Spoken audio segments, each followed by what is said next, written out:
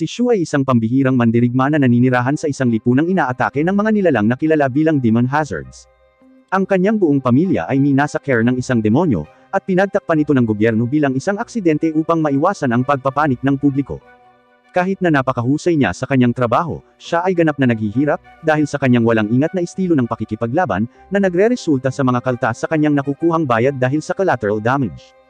Pumunta siya sa isang restaurant at nakita ang isa sa kanyang mga kaibigan na nagngangalang Ayano, na nanglilibre sa kanya ng tanghalian dahil wala siyang pera upang bayaran ito.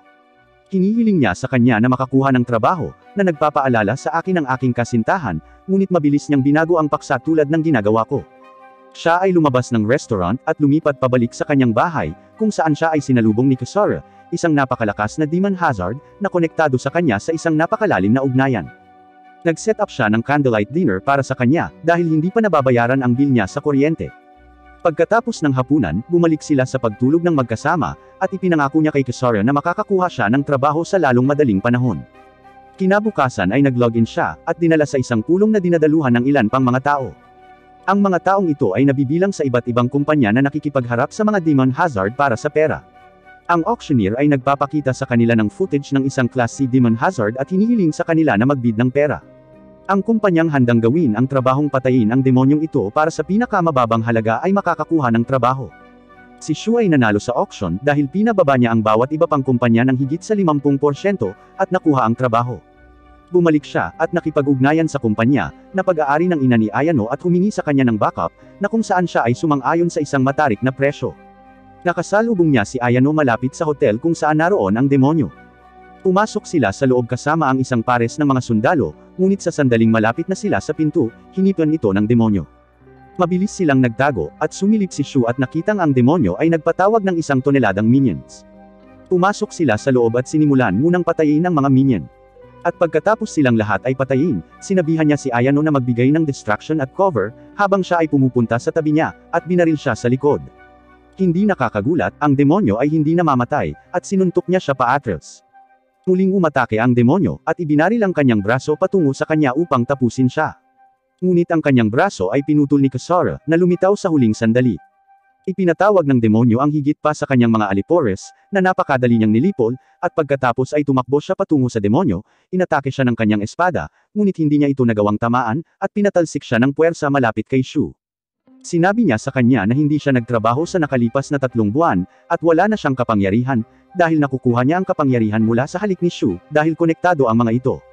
Kinahalikan siya ni Shu, at agad siyang nag-transform sa isang overpowered na fighter. Ang demonyo ay nagpapatawag ng higit pa sa kanyang mga alipores, ngunit sa pagkakataong ito ay wala na siyang problema sa pagpatay sa kanila ng sunod-sunod. Habang nakikipaglaban sa mga minion, sila ni Ayano ay magkasamang nagtatalo. At pagkatapos ng kaunting pagtatalo, umabot ito sa pisikal na away. Sinubukan niyang laslasin si Ayano, na umiwas sa pag-atake at binaril ang kanyang likod. Ngunit kahit na si Kasara ay umiwas sa bala, nagsimula silang umatake sa isa't isa ng mabangis, at nang mapansin yun ni Shu, tumakbo siya patungo sa kanila, sinabihan silang huminto. Ito naman ay nagpagalit kay Kasara kay Shu, dahil sa tingin niya ay sinusubukan ni Ayano na ilayo si Shu mula sa kanya, at sinimulan niyang salakayin si Shu, para sa pakikipag-usap kay Ayano. Paulit-ulit niya itong inaatake, at patuloy itong umiiwas. At sa huli, para pigilan siya na magalit, binigay niya sa kanya ang susi ng kanyang apartment, na siyang gumagana at nagpapasaya kay Kasara. Muli niyang ibinaling ang kanyang atensyon sa demonyo, at sinugod ito, pinapatay ang bawat minion sa daan. Pareho silang umatake sa magkasunod, kung saan si Ayano ang naglapag ng unang slash gamit ang kanyang espada, at tinapos ni Shu ang demonyo gamit ang kanyang baril. Kinaumagahan, gumising si Shu para mag-almusal, at napansin niyang basic bean sprouts ang niluto ni Kasara para sa kanya. Tumingin siya sa kanya, at nakita siyang nagtatrabaho sa isang laptop, kaya tinanong niya siya kung ano ang ginagawa niya. Sumagot siya na sinusubukan niyang pangasiwaan ang kanilang mga pananalapi, dahil nawala ang lahat ng perang kinita nila dahil sa collateral damage na dulot ng pangangaso ng demonyo, na naging dahilan upang tuluyan silang maghirap. Sinabi sa kanya ni Shu na maaari pa rin siyang makakuha ng sweldo sa gobyerno ngayon, dahil ito ang simula ng buwan, ngunit tumugon siya na nakuha na niya yon, at ang susunod ay darating sa susunod na buwan. Sinabi niya sa kanya na kailangan nilang maghanap ng ilang uri ng part-time na trabaho, at gayunpaman, makakakain lang sila ng bean sprouts hanggang sa susunod na buwan. Pagkasabi nito, umalis si Kasara ng bahay para maghanap ng kahit anong part-time na trabaho. At sa istasyon ng tren, nakita niya ang isang grupo ng kanyang mga kaibigan na pinagtatawanan si Shu dahil sa walang kinikitang pera, ngunit ipinagtanggol niya ito. Hanggang sa lumapit sa kanila ang isang blonde na binata. Ang kanyang pangalan ay Mikhail, at siya ang presidente ng Student Council, pati na rin ang anak ng mayor. Mukhang gusto rin niya si Kasara, at inimbitahan siya sa party ng mayor sa town hall ng gabing iyon, ngunit umalis si Kasara nang hindi nagsasalita. Si Shu naman ay umalis upang hanapin si Ayano sa gym, kung saan siya ay nagwo-workout sa isang paraan na nakakapagpainit ng mata. Paulit-ulit niya itong ginugulo, hinihiling na bigyan siya ng trabaho, o makipag-usap sa isang tao sa kumpanya, dahil ang kanyang ina ang presidente ng kumpanya.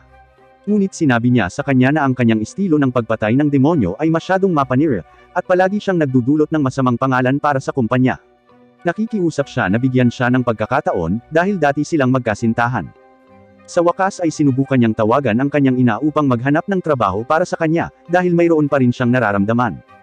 Ngunit sa sandaling kinuha niya ang kanyang telepono, napansin niya ang isang post ni Kasara, kung saan nagpost siya sa kanya, na ikinagalit ni Ayano, at sinabi niya sa kanya na lumayas. Nang gabing iyon, gayunpaman, ang sekretarya ng alkalde ay lumapit sa ina ni Ayano, at sinabi sa kanya na pinaghihinalaan nila na maaaring may pagtatangkang pagpatay sa alkalde, at maaaring ito ay mula sa isang demon hazard. Kaya gusto nilang naka-standby ang isang team mula sa kanyang kumpanya sakaling may mangyari. Tila nag-aatubili siyang kunin ang trabaho, ngunit pumayag pa rin, at ipinadala sina Shu at Kasara kasama si Ayano at ang kanyang koponan upang harapin ang sitwasyon. Si Shu ay nagbabantay malapit sa isang pasilyo, kung saan siya nilapitan ni Miles, ang kanyang itinuturing na magulang ng maraming taon. Sinimulan nilang pag-usapan ang tungkol sa mga demonyo at ang kanilang buhay, habang si Miles ay nagbibigay sa kanya ng smoke, at sinabi sa kanya na bumalik at bisitahin ang kanyang tahanan minsan upang maghapunan, dahil namimiss niya siya. Ngunit walang gusto si Shu kundi cancer, at humihingi siya ng ilang sigarilyo. Si Kasara naman ay nasa loob ng party, at tuwang-tuwa na makita ang napakaraming pagkain sa harap niya. Kumuha siya ng isang maliit na Tupperware mula sa kanyang puwet, at naisip ang mag-ipon ng ilang pagkain na may uuwi. Ngunit bigla, nilapitan siya ni Mikhail at nagsimulang makipag-usap sa kanya, tungkol sa kung paano niya nalaman na darating ito at iba pa. Sa kabutihang palad, gayunpaman, ang alkalde ay nagsimulang magsalita, at lahat sila ay tumayo habang ang talumpati ay na-broadcast sa buong lungsod. Siya ay nagsasalita tungkol sa pagkakapantay-pantay, mga trabaho, mas magandang kalidad ng buhay, at kung paano niya gagawin ang lungsod na ito na isang paraiso, na uri ng pang-asar kay Shu, na alam na lahat ito ay isang kalokohan, at isang talumpati lamang upang mangolekta ng mga boto.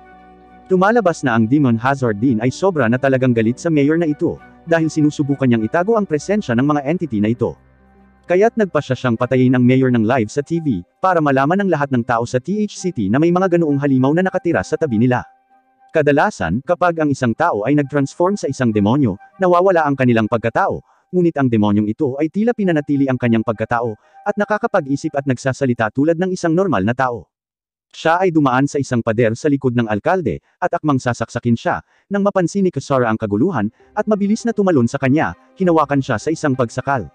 Nagulat ang demonyo sa kanyang nakakagulat na bilis, habang hinihila niya siya sa likod, at itinapon siya sa isang haligi, kung saan siya ay inatake ni Ayano at ng kanyang koponan. Sinabi niya sa kanyang koponan na isil ang venue, habang sinusubukan ng demonyo na tumakas, at nagsimula siyang tumakbo para mahabol siya. Nahuli ang kanyang damit kaya't pinutol niya ang kanyang damit sa isang kamanghamanghang paraan bago ito muling hinabol. Si Kasara ay dumaan din sa dingding, at humarap sa kanya, sinusubukang hatiin siya sa kalahati, ngunit ang demonyo ay umiwas sa kanyang pag-atake, at hinaranggan ang mga bala na pinaputukan sa kanya bago dumaan sa sahig, at bumaba. Buti na lang at nandoon na si Ayano sa sahig sa ibaba, at 2 beses siyang binaril sa ulo. Bumagsak ang demonyo, ngunit muling bumangon, at humarap sa dingding bago sumulpat sa likuran niya para sa isang pag-atake. Ngunit pinigilan siya ni Kasara, na sinipa siya palayo. Si Ayano ay tumakbo sa kanya at tinutukan siya ng baril, ngunit ang demonyo ay nagsimulang magsalita muli, na sinasabi sa kanya na kailangan nilang ipakita sa lungsod kung ano talaga ang alkalde, na nagpatigil kay Ayano, na napagtanto na ang isang ito ay nananatili pa rin sa kanyang pagkatao. Sinasamantala ang panandaliang distraction, mabilis na bumaba ang demonyo, at nagalit si Kasara kay Ayano dahil hinayaan itong makatakas, bago humabol.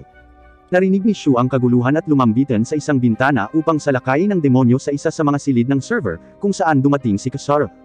Nak-order nila ni Kasara ang demonyo at papatayin na sana siya, nang makatanggap siya ng tawag mula sa ina ni Ayano, ang presidente ng kumpanya. Sinabi niya kay Shu na ang demonyo ay nagtataglay pa rin ng isang utak ng tao, at dapat madakip ng buhay sa lahat ng paraan. Ito ay isang malaking problema, dahil wala sa kanila ang may mga armas na kinakailangan upang mahuli ang isang demonyo, at hindi pa nila nagawa yun dati. Ang alam lang nila ay kung paano nito pumatay. Sinabi ni Kasara na maaaring subukan niyang hampasin ang demonyo gamit ang likod ng kanyang espada, ngunit mapanganib pa rin iyon, kaya nag-online si Shu, at nagsimulang tumingin sa mga espesyal na kagamitan. Ngunit pinigilan siya ni Kasara, sinabi sa kanya na ang gastos ng kagamitan ay kasing dami ng kikitain nila sa trabahong ito, kaya ano ang punto? Nag-aaway sila sa kanilang mga sarili, nang makakita ang demonyo ng butas at tumalon pababa ng gusali. Sina Shu at Kasara ay parehong nakatingin sa labas ng bintana, habang sinabi ni Kasara kay Shu na kung bibili siya ng gadget, bean sprouts lang ang kakainin niya para sa susunod na buwan. Gayunpaman, tumingin siya sa kanya, at nag-order ng kagamitan, na nagsasabi sa kanya na mahal niya ang kanyang bean sprouts. Ang express delivery ay literal na pinakamabilis, at sa sandaling maabot ng demonyo ang lupa, isang truck ang dumating at natamaan ang demonyo, at napabagsak ito. Bumaba si Shu, at may lumabas na babae sa truck bago ibinigay sa kanya ang gadget na hindi na niya kailangan. Ang demonyo ay inilagay sa isang stretcher at dinala sa ospital, habang sina Kasara at Shu ay bumalik sa bahay. Nakuha ni Shu ang kanyang mga kamay sa ilang nangungunang sikretong nag-leak na impormasyon tungkol sa isang Class B na demonyo na mukhang isang caterpillar. Nakipagkita siya kay Ayano at sinabi sa kanya na kukunin niya ang trabaho, anuman ang mangyari. Pumunta siya sa auction at pinaliit muli ang bawat kumpanya ng malaking margin, na lumilikha ng diskurso sa gitna nila. Nang malapit na siyang umalis, pinigilan sila ng auctioneer, at sinabi sa kanila na nakansela ang kasalukuyang mga bid dahil may bagong layunin na lumitaw. Tila ang caterpillar na demonyo ay kumain ng isang radioactive core, na dapat na supply ng kuryente sa buong lungsod sa loob ng isang linggo.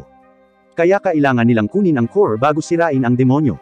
Nagpatuloy si Shu, at sinabi sa kanya na hindi mahalaga, gusto pa rin niyang gawin ito, para sa parehong pera, kahit na pagkatapos ng bagong kondisyon, na ikinagulat ng lahat. Dumating sila sa lokasyon, at sumama si Ayano sa kanyang koponan upang subukang hulihin ang demonyo ng ligtas. Ngunit bago sila makagawa ng anuman, ang caterpillar ay nagmetamorphosis sa isang napakalaking demonyong gamo-gamo, na sinisira ang lahat ng lumilipad na drone. Pagkatapos ay pinupuntirya nito ang mga unit ng lupa, na sinisira ang mga ito ng paisa-isa. Si Ayano ay nagsimulang tumakbo palayo gamit ang kanyang kotse, ngunit inatake muli. Pinagmamasdan ni Shu ang lahat ng ito mula sa malayo, at nang dumating si Kasara sa likuran niya, kinalikan niya ito, binibigyan siya ng kapangyarihang kailangan niya. Tinarget ng demonyo si Ayano, at bago pa man mahulog ang isang higanteng bato sa kanya, dumating si Kasara, kiniwa ang malaking bato. Pagkatapos ay lumipad siya patungo sa demonyo, umiiwas sa mga pag-atake nito, at sinaksak ang katawan nito. Umatras ang demonyo, at pinaulanan siya ng mga sinag ng enerhiya, na iniiwasan at paulit-ulit niyang inatake, bago sinaksak at nilalazlas ang katawan ng demonyo, pinahina ang panlabas na baluti nito. Sinamantala ito ni Shu at inilabas ang kanyang sniper rifle, pinaputukan ng demonyo, diretso sa nakalantad na bahagi. Itinutulak nito ang demonyo pabalik, at bilang huling pagsisikap na iligtas ang buhay nito, sinubukan ng demonyo na bumaril ng napakalaking sinag ng enerhiya. Ngunit nag-load si Shu ng isa pang bala, at binaril ang demonyo sa mismong punto, agad itong pinatay. Kinabukasan, tinawag si Ayano sa mga pantalan dahil sa labanan sa pagitan ng dalawang magkasalungat na grupo ng mafia, at ang isa sa kanila ay tila nagpasya na gumawa ng isang kontrata, at naging demon hazard, na pinatay ang mga miyembro ng kaaway na gang. Pumasok siya sa loob ng bakanteng shed, at nakita niya ang isang grupo ng mga lalaki na pinatay sa lugar, at isang grupo sa kanila ang malubhang nasugatan. Nauna siyang naglakad, at biglang nakakita ng makintab na refleksyon ng gun barrel. Bago magsimulang magpaputok ang demon hazard sa kanila, nagtago siya, at inutusan ng isa sa mga lalaki na barilin siya gamit ang kanyang sniper rifle. At sa kabutihang palad, nag-uugnay ang pagbaril, na nawala ng balanse sa demonyo, habang ginagamit ng isa pang lalaki ang kanyang rocket launcher upang bombahin ang demonyo, na nagpabagsak dito. Sumugod ang mga pulis pagkatapos, at nakuha nila ang lahat ng nabubuhay na sugatang miyembro ng mafia. Habang si Miles na nagtatrabaho sa departamento ay nagsasabi kay Ayano na siya ay maswerteng nabuhay, dahil ang demonyo ay hindi masyadong mataas ang rango, kaya madaling napatay. Ang lahat ng miyembro ng gang ay inilalagay sa mga ambulansya, habang sinasabi niya kay Miles na kumuha ng maraming impormasyon mula sa kanila hanggat maaari. Tumingon-lingon siya sa paligid at nakita ang isang lalaki na inilagay sa ambulansya, habang ang kanyang kasintahan ay umiiyak mula sa karamihan, na nagmamakaawa sa kanila na hayaan siyang makasama siya, ngunit pinigilan siya ng mga pulis. Si Shu naman ay nakaupo sa tabi ni Kasara, nagkakaroon ng candlelight dinner, dahil walang kuryente ang kanyang lugar. Salamat sa katotohanang nabigo siyang makuha ang core mula sa demonyo. Sa kabutihang palad, mayroon silang ilang masarap na pagkain, dahil natalo nila ang demonyo ng mag-isa, at maaaring gumastos ng kaunti pa sa kanilang sarili. Sabay silang nagdi-dinner. At kinabukasan, nang malapit na silang lumabas, sinabi ni Shu kay Kasara na ngayon ay magkakaroon sila ng marangyang hapunan sa mamahaling bahagi ng lungsod. Sa sandaling lumabas sila gayunpaman, isang kotse ang huminto, at si Mikhail ay lumabas mula rito, na pumunta dito upang makipagkita kay Kasara at subukang makuha siya. Kaya't sinabing iwan niya si Shu, at sumama sa kanya upang mamuhay sa karangyan sa buong buhay niya. Ngunit si Kasora ang pinakamagandang babae, at nananatiling tapat kay Shu, at sinabihan si Mikhail na lumayas. Nagalit si Mikhail at nagsimulang magsalita ng kalokohan kay Shu, na hindi siya pinansin, habang napansin ni Kasora si Ayano na sumama sa isang lalaking nakasuot ng itim. Nagpasya siyang sundan sila, at nakarating sa isang parke, kung saan nakita niya silang nag-uusap sa isa't isa. Napagpasyahan niyang gamitin ang pagkakataong ito para ipakita kay Shu na nakikipag-date na siya sa ibang mga lalaki, kaya hindi niya na ito pinag-alinlangan, at nag-click siya sa kanilang larawan, bago ito i-post sa Instagram. Napansin ni Shu ang notification, at agad na tumakbo papunta sa parke, humingi ng paumanhin sa kanilang dalawa. Binati siya ng lalaki, at ipinakilala ang kanyang sarili bilang isang investigador mula sa Anti-Demon Bureau, na nagtatrabaho sa isang kaso sa pagitan ng mga mafia na kinasasangkutan ni Ayano.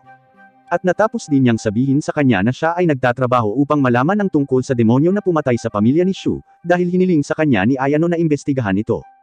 Ikinagalit ito ni Shu, na nagalit kay Ayano, na sinabi sa kanya na dapat siyang sumangguni, at isinama siya sa desisyong ito, tungkol sa pagsisikap na hanapin ang pumatay sa kanyang mga magulang.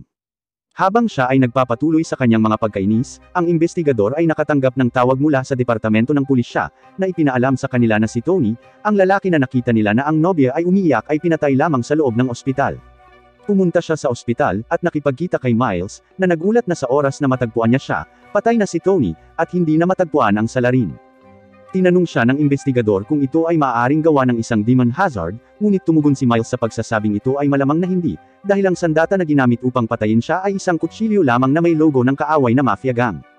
Iniulat din niya na ang pag-atake ay medyo walang alinlangan, at ginawa sa sikat ng araw, na naitala rin sa mga kamera. Samantala, pagsapit ng gabi, hinihintay ni Shu si Ayano sa labas ng kanyang hotel, kung saan siya tinawagan ito, at humingi ng paumanhin sa paggawa ng malaking eksena sa parke. Sinabi niya sa kanya na naniniwala siya na ang demonyong nagtangkang pumatay sa alkalde ay maaaring konektado sa isa sa mga gang, at sinusubukang makakuha ng higit pang impormasyon mula sa kanya. Ngunit pinatigil siya nito at sinabihan siyang bumalik sa kanyang bahay. Sinabi niya sa kanya na magiging mas mahusay kung magtutulungan sila, ngunit sinabi niya sa kanya na lumayas dahil hindi siya nag-iisip ng anumang bagay maliban sa kanyang mga layunin. Hindi niya iniisip kung ano ang nararamdaman ng ibang tao tungkol sa kung paano niya ginagawa ang mga bagay, at kung ano ang nararamdaman ng isang tao kapag inilalagay niya ang kanyang buhay sa panganib. Ipinapaalala niya sa kanya ang araw ng ilang taon na ang nakalilipas. Noong nagde-date pa sila sa isa't isa, siya ay naghihintay para sa kanya na bumalik sa bahay, habang siya ay humahabol sa isang demon hazard sa buong magdamag. Gayunpaman, sa kanyang sorpresa, siya ay mukhang ganap na blanko at ipinahayag na wala siyang natatandaan. Ito ay sobrang masakit para sa kanya, habang siya ay tumatakbong umiiyak, na sinasabi sa kanya na huwag makipag-usap sa kanya sa isang pamilyar na paraan, at na sila ay mga magkasamahan lamang na nagtutulungan kung minsan. Sa kabilang banda, ang investigador ay tinawag sa isang pinangyarihan ng krimen, kung saan ang mga miyembro ng gang na pumatay kay Tony ay tila nag-aaway o kung ano. Ang investigador ay pumasok sa loob upang tingnan at napansin na ang lahat ay nahiwa, at isang grupo ng mga miyembro ng gang ang patay sa sahig na may dugo sa lahat ng dako. Mabilis siyang tumakbo palabas, at nagpas siyang maghintay ng ilang backup mula sa dalubhasang pangkat ng pangangaso ng demonyo. Sa kabilang banda, ang kawawang Ayano ay umiiyak sa ilalim ng isang tulay, nang siya ay nilapitan ni Kasora, na nagpahayag na siya ang may lahat ng mga alaala na mayroon si Shu. Sinabi niya sa kanya na gumawa sila ng isang kontrata, kung saan maaari niyang kainin ang mga alaala ni Shu kahit kailan niya gusto, at partikular niyang binubura ang mga alaala nito, para hindi siya muling umibig kay Ayano. Naiinis si Ayano sa usapan nila ni Kasora. Matapos niyang mapagtanto na wala siyang pakialam sa aktwal na nararamdaman ni Shu, at gusto lang niyang panatilihin ito sa kanyang sarili tulad ng isang psycho, bumangon siya at lumayo sa dilim. Nakaramdam ng kaguluhan si Shu, at nagsindi ng smoke habang iniisip ang sinabi ni Ayano. Gayunpaman, biglang tumagos ang isang arrow sa isang basurahan sa malapit, na ikinatakot ni Shu, na mabilis na kinuha ang sulat sa arrow, na nagpapakita ng posisyon ng punong tanggapan ng miyembro ng gang. Mabilis siyang kumuha ng bisikleta, at nagmamadaling pumunta sa lugar, kung saan nakita niya ang lahat ng pulis na naghihintay sa labas. Hindi siya tumitigil kahit kanino, at diretsyong pumasok sa loob na may hawak na baril. Sa loob ng bahay, nakita niya ang isang magandang babae na nakasuot ng pulang damit, hiniwa ang mga miyembro ng gang gamit ang kanyang espada. At habang sinusubukang barilin siya ng isa pang lalaki, umiwas lang siya, at hiniwa ang kanyang lalamunan. Nagpasya si Shu na pumasok at simulan ang pagbaril sa kanya, habang umiiwas lang siya, at tumakbo sa loob ng banyo. Sinundan siya ni Shu at napagtanto niyang nasa loob siya ng banyo na may mga salamin sa paligid, na magpapahirap sa kanya na lumaban ng mahusay. Biglang lumitaw ang babae sa likuran niya, at nagsimula siyang magpaputok, habang patuloy siyang umiiwas sa napakabilis na bilis. Nagpasya siyang patamaan ang halos lahat ng salamin para mabawasan ang kalituhan. Ngunit sa oras na siya ay tapos na, siya ay mabilis na nakatakas sa labas ng walang nakakapansin. Lumabas si Shu sa banyo, at nakitang pumasok din ang investigador para magbigay ng backup. Nakahanap sila ng isang miyembro na hindi pa patay, at mabilis silang pumunta sa kanya. Tinanong siya kung mayroong anumang demon hazard sa gang ni Tony. Ang naghihingalong lalaki gayunpaman, ay nagsasabi na ang demonyo na pumatay sa kanila ay hindi isang miyembro ng gang, ngunit ang kasintahan ni Tony.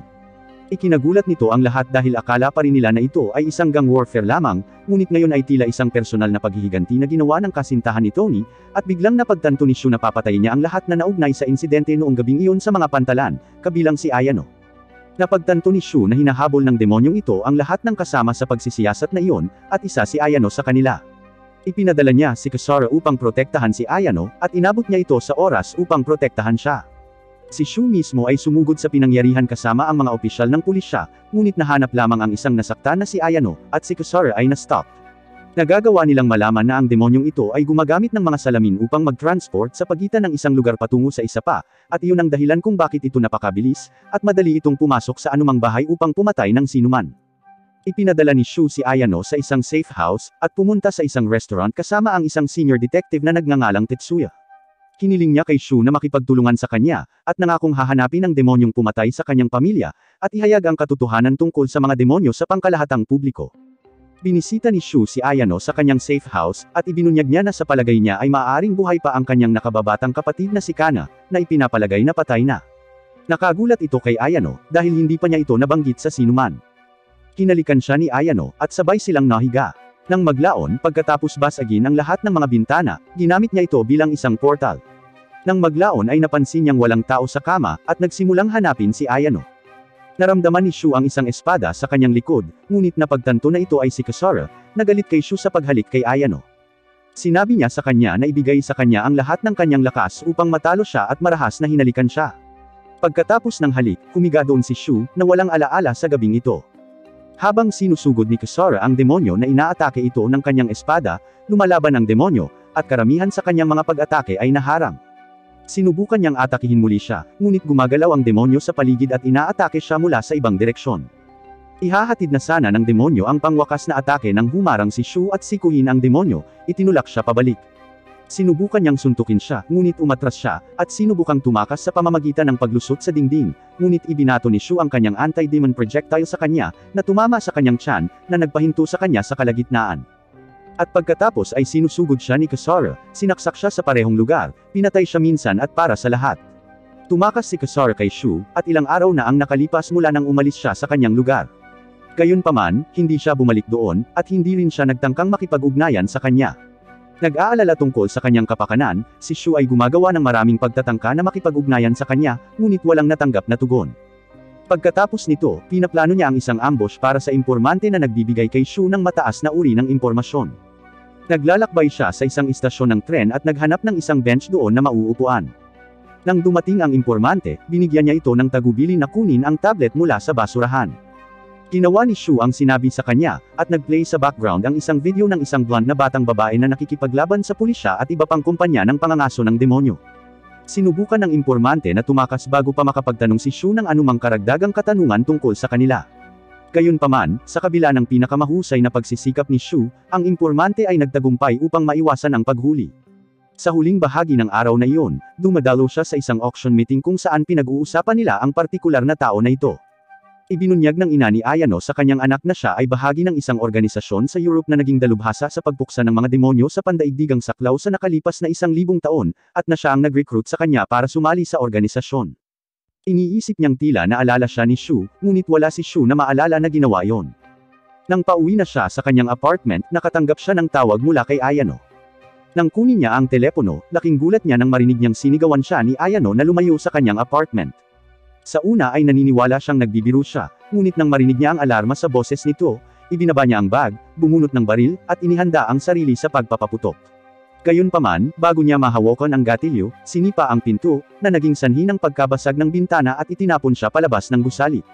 Ang blonde na babae, na ang pangalan ay Sharon, ay sumugod sa kanya at sinubukang pigilan siya, ngunit nagawa niyang maiwasan ang tamaan sa pinakahuling segundo.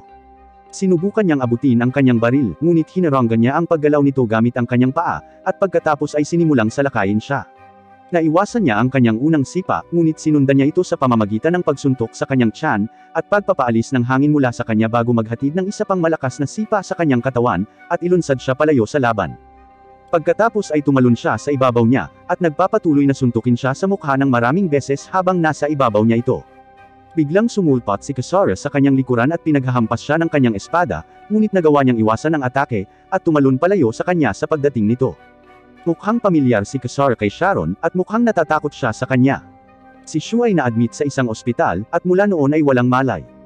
Nasa tabi niya sina Kisara at Ayano, ngunit nakatanggap si Kisara ng isang abiso sa text, at gumala siya, iniwan si Ayano upang bantayan si Shu. Pumunta siya sa isang abandonadong gusali at tumingin sa kanyang text, na nagsasabi sa kanya ng lokasyon. Pagkatapos ay nakatanggap siya ng tawag mula kay Sharon, at sinabi niya sa kanya na siya ay nag-iisa. Ipinatawag ni Kisara ang kanyang espada, at naghanda para sa isang labanan. Ngunit bago niya mahanap kung nasaan si Sharon, binaril siya nito mula sa itaas. Tumakbo siya palayo at naghahanap ng cover. Sumilip siya at nasaksihan si Sharon sa isang espesyal na mecha suit, hinahanap siya. Muli siyang binaril ni Sharon, tinamaan siya, ngunit kadalasan ay nahaharangan niya ang mga bala gamit ang kanyang espada. Siya ay sumugod patungo kay Sharon at sinubukang atakihin siya, ngunit ang espada ni Kisara ay hinarang ni Sharon, na pagkatapos ay gumamit ng Maladimon slime compound na lumalabas mula sa suit upang salakayin si Kisara. Mabilis siyang umatras, at sinubukang putulin ang slime na paparating sa kanya, ngunit isa sa mga projection ang tumusok sa kanyang binti. Mabilis siyang tumakbo palayo, at napansin niyang hindi pa gumagaling ang kanyang sugat. Ipinaliwanag ni Sharon na ang mas mahuhusay na demonyo tulad ni Kisara ay hindi masasaktan ng mga sandata na gawa ng tao, ngunit sila ay mahina laban sa mga pag-atake ng demonyo. Sinubukan niyang tumakas, ngunit hinaharangan ni Sharon ang kanyang landas gamit ang kanyang mga demonic projections, na pinilit siya sa isang face-off. Itinaas ni Kisara ang kanyang espada upang salakayin siya, ngunit agad siyang sinaksak ni Sharon sa katawan, at siya ay napabagsak. Naglakad siya papunta sa kanya, ngunit bago siya tapusin, binulag siya ni Shu ng isang flashbang grenade at kinaladkad si Kisara sa likod ng isang haligi. Hinahalikan niya ito, binibigyan siya ng dagdag na lakas na kailangan niya. Siya ay nahulog na walang malay, habang si Kisara ay nagsimulang mag-umapaw ang kapangyarihan. Tumayo siya at nagsimulang maghilam ang mga sugat niya. Binaril siya ni Sharon, ngunit sa pagkakataong ito, iniiwasan niya ang bawat bala at sinusugod siya, inaatake at nilalazlas ang isa sa kanyang mga robot na braso. Sinubukan ni Sharon na salakayin si Shu, ngunit nagawa niyang protektahan siya, bago ang pagpapakawala ng sunod-sunod na mga hampas sa himpapawid sa kanya, na sinira ang kanyang armor, ng paunti-unti. Nahulog si Sharon, at ginamit iyon ni Kisara sa kanyang kalamangan sa pamamagitan ng pagtulak ng kanyang espada ng malalim sa kanyang mecha suit, ganap na sinira ito, at nawala ng malay. Pagkatapos ay dinala niya si Shu sa kaligtasan na kasama nito, at pagkatapos ay sabay na umuwi. Nagpasya si Shu na pumunta at kausapin si Sharon tungkol sa nangyari, at para makakuha ng higit pang impormasyon tungkol sa kung bakit siya nasa lungsod, ngunit wala itong makuhang mahalagang bagay mula sa kanya. Kaya lumabas siya ng kulungan, at nagsimulang talakayin ang mga bagong lead kay Kisara. Aalis na sana siya nang makatanggap siya ng tawag mula kay Tetsuya. Sinagot niya ito, at tila nababalisa si Tetsuya, at sinabi niya sa kanya na makipagkita sa kanya sa parking lot sa lalong madaling panahon, bago marinig ni Shu ang paghinto ng sasakyan ni Tatsuya, at ang tunog ng putok ng baril. Tumakbo siya kasama si Kisara sa pinangyarihan, at nakitang patay si Tatsuya sa kanyang sasakyan na may 3 tama ng bala sa kanyang katawan. Si Shu ay bumagsak sa sahig sa kawalan ng pag-asa, dahil si Tatsuya ay isa sa ilang mga tao na handang hanapin ang salarin na responsable sa pagpatay sa pamilya ni Shu. Bigla nilang nakita ang isang figure na tumatakbo sa parking lot, at pareho silang tumakbo sa paghabol dito. Kinikilala ni Shu na ang lalaki ay ang parehong tao na nagbibigay sa kanya ng impormasyon, at ipinapalagay na siya ang pumatay kay Tatsuya. Matapos siyang habulin ng kaunti, nahuli nila siya, at ipinakita niya ang kanyang sarili na si Mikhail, ang anak ng kasalukuyang alkalde. Nagbanta si Shu na ibunyag kung bakit niya pinatay si Tatsuya, ngunit sinabi sa kanya ni Mikhail na hindi siya yon. Dinadala niya silang dalawa sa isang lihim na pasilidad, kung saan nagulat sila nang makita ang maraming tao na nagtatrabaho sa mga computer, na nagpapakita ng mga feed mula sa buong lungsod. Ang lahat ng mga CCTV sa lugar ay kontrolado ni Mikhail, at iyon ang dahilan kung bakit nasa kanya ang lahat ng impormasyon sa lahat ng oras. Kinuha nila ang footage ng pagpatay kay Tatsuya, ngunit nabigo silang makita lang ang likuran ng isang nakahod na figure, na bumaril kay Tatsuya. Kinabukasan, pumunta si Shu sa libing ni Tetsuya, at habang pabalik, inalok siya ng sakay ni Miles, isa sa kanyang pinakamatagal ng kaibigan at kanyang foster parent, na pinanatili si Shu ng 1 taon sa kanyang bahay noong bata pa siya pagkatapos mamatay ang kanyang mga magulang. Habang nasa kotse kasama niya, napansin ni Shu ang isang tattoo sa kanyang bisig, at napagtanto na siya ang pumatay. Umupo siya doon nang walang pakialam at tinanong si Miles bakit niya pinatay si Tatsuya. Sinabi ni Miles kay Shu na natuklasan ni Tatsuya ang katotohanan dahil napagtanto niya na ang tanging tao, bukod sa kanya, na may unang impormasyon tungkol sa anumang aktibidad ng demonyo ay si Miles. Ang pagtuklas na ito na ginawa ni Tatsuya ay pinilit si Miles na kitilin ang buhay ng kanyang sariling kapartner. Dinala niya si Shu sa isang walang tao na parke, at sinabi sa kanya ni Shu na habang nag-uusap sila, napapalibutan siya ng mga pulis. Alam na ni Miles iyon, at nag-transform siya bilang isang demonyo. Laking gulat ng lahat, at pinagbabaril siya ng mga ito. Si Miles ay may energy shield sa paligid niya, na pinoprotektahan siya sa bawat bala at paputok na ibinabato sa kanya. Tumingon si Shu kay Kisara at tinanong siya kung may pagkakataong mahuli siya ng buhay, ngunit sinabi niya sa kanya na wala. Sinabihan siya ni Kisara na iwanan ang anumang uri ng damdamin dahil pinatay niya si Tatsuya, at kung hindi siya pipigilan, papatayin niya ang marami pang iba. Ginagamit ni Miles ang kanyang mga tanikala para salakayin si Ayano na ikinasugat niya. Ngunit bago niya ito mapatay, dumating si Sharon sakay ng isang motor, iniligtas ang kanyang buhay. Tumalon siya mula sa motor, at ginamit ang talim ng kanyang sapatos para atakihin siya, ng maraming beses. Ngunit sa sandaling siya ay napinsala, siya ay nakakapag-regenerate. Sinubukan niyang suntukin siya, ngunit nag-ambala siya ni Ayano, na nagsimulang bumaril sa kanya, na nagbigay ng pagkakataon kay Sharon na umatras. Sa wakas, natauhan si Shu, at binigyan ng pahintulot na patayin si Miles, ngunit hiniling kay Kisara na iligtas ang kanyang mga alaala. Hinahalikan niya siya, binigay ang lahat ng kailangan ng kapangyarihan, at sumugod siya sa kanya, sa tamang panahon para putulin ang mga tanikala niya sa kalahati na tatama na sana kina Sharon at Ayano. Sinipa niya siya pabalik, ngunit sinusugod siya nito muli, iniiwasan ang kanyang mga pag-atake sa kadena, at sa wakas ay ganap na natanggal ang kanyang mga kadena. Sinuntok niya ito, na hinaranggan niya ng kanyang espada, ngunit inilunsad sa ere. Mabilis niyang binalansa ang sarili at sinaksak siya sa likod mula sa itaas. Inilabas niya ang kanyang espada at itinapon siya mula sa kanyang sarili. Mabilis niyang binago ang kanyang target at sinugod si Shu, na nag-reload ng kanyang baril, at pinaputukan siya ng diretso sa ulo, na ikinamatay niya. Kinuha ni Kisara ang kanyang memorya, at nalaman na, noong bata pa si Shu, naging mabuting kaibigan si Miles sa kanyang mga magulang. Ngunit isang araw, ang kanyang anak na babae ay nagkasakit ng husto. Nagsisimula siyang manatili sa lahat ng oras sa ospital, hanggang siya ay nakontak ng pinakamalakas na demonyo, si Asmodeus. Nangako si Asmodeus na kung susundin niya ang mga utos, maliligtas ang buhay ng kanyang anak. Pumayag si Miles na gawin ang anumang naisin ni Asmodeus, at nang gabing iyon sa kuweba, pumunta siya at nalaman na kinuha ni Asmodeus ang hitsura ng ina ni Shu. Nakita niya ang ama ni Shu na namamatay sa sahig, samantalang si Asmodeus ay karga si Kana. Bago pa mapatay ni Asmodeus si Shu, iniligtas siya ni Miles, sinabing wala ito sa kontrata, at pumayag si Asmodeus. Nagsimulang maglakad palabas ng kuweba si Miles kasama ang walang malay na si Shu, at nakarinig siya ng pagsabog sa kuweba sa likuran niya, na tuluyang umagos dito. Pagkatapos noon, gumaling ang anak ni Miles, at sinimulan niyang alagaan si Shu bilang sarili niyang anak. Si Kisara at Sharon ay umalis sa base at kumilos patungo sa minahan ng magkasama sa isang bangka, habang iniisip ni Sharon na si Kana ay gagamitin bilang isang portal upang ipatawag ang isang kawon ng mga demonyo sa lungsod. Gusto rin ni Ayano na mahanap ang minahan para matulungan si Shu. Ngunit bago siya makarating sa minahan, pinigilan siya ng mga barikada, na inilagay ng gobyerno para pigilan siya. Pakiramdam niya ay wala siyang magawa, ngunit dumating si Shu sakay ng helicopter, at kinuha siya, patungo sa mine shaft. Bago sila makarating sa minahan, napansin nila ang isang malaking energy beam na nagmumula sa isang satellite sa kalangitan, na tumama sa mine shaft. Ang atake na ito ay pinahintulutan ni Mikhail, na gustong sirain ang buong lugar upang maiwasang mahawa ang lungsod ng mga demonyo.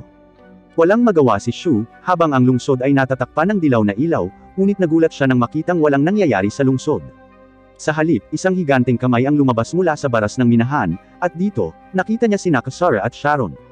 Sila ay itinapon sa langit, at inatake ng ilang maliliit na kamay na lumabas. Pinutol ni Sharon ang mga kamay gamit ang kanyang boot knife, at ginamit ni Kisara ang kanyang espada para protektahan ang sarili. Mabilis na ibinigay ni Shu ang mga kontrol ng helicopter kay Ayano at tumalon. Nakuha ng mga kamay si Kisara, at nagsimula siyang masakal ng isang projection ng ina ni Shu. Biglang binaril ni Shu ang projection mula sa likuran, na nagligtas kay Kisara.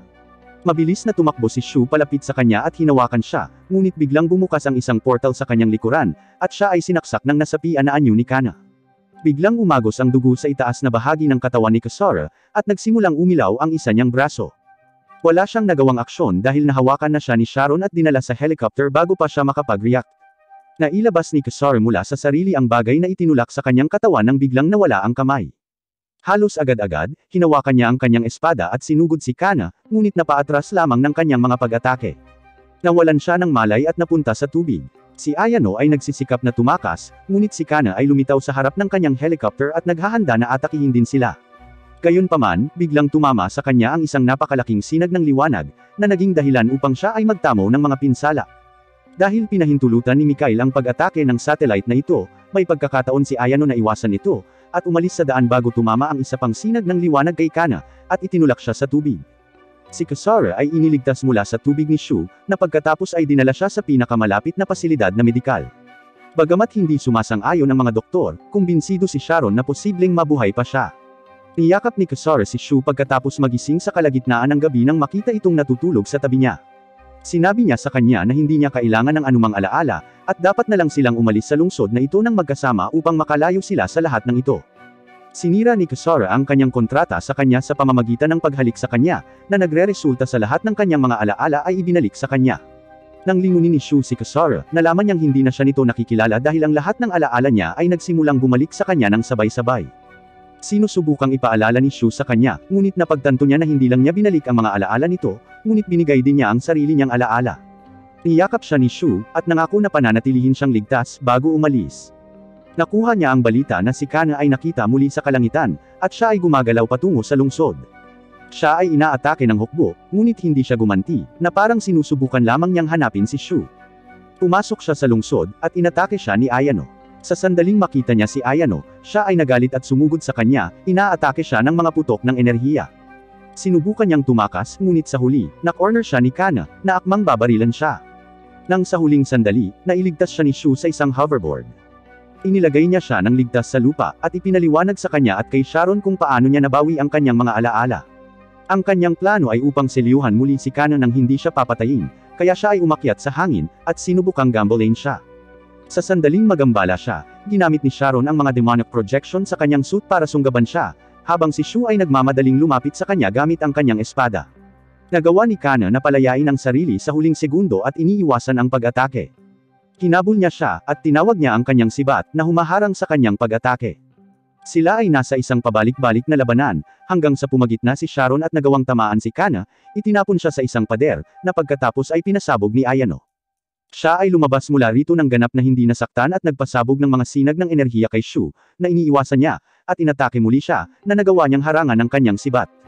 Bago pa niya ito masaksak, natamaan siya ng isa pang hanay ng mga missile na pinaputok ni Ayano, na nagbigay ng pagkakataon kay Shu na tamaan siya. Ngunit bago pa niya magawa yon, isang malakas na suntok ang ginawa nito sa kanyang bituka, na nagpabagsak sa kanya. Sinusugod siya ni Kana, ngunit si Shu ay protektado sa huling sandali ni Sharon, na lumipad na kasama niya. Sinubukan ni Kana na habulin, ngunit natamaan muli ng isang paputok na pinaputok ni Ayano. Ginagamit niya ang sandaling ito ng pagkagambala sa kanyang kalamangan at sinubukang umatake muli, ngunit pinalihis niya ang kanyang pag-atake, at tinamaan siya, itinapon siya sa isang puno. Pagkatapos ay sinusugod niya si Ayano, ngunit bago niya ito matamaan, lumitaw si Kasora, kinaranggan ang kanyang sibat at itinulak siya pabalik. Nagulat ang lahat habang nasaksihan nila ang dalawang demonyo na nakikipaglaban sa isang malupit na labanan ng pag-atake at pagharang, hanggang sa ipinutok ni Kana ang kanyang mga sinag ng enerhiya kay Kasora, na pinasabog siya palayo.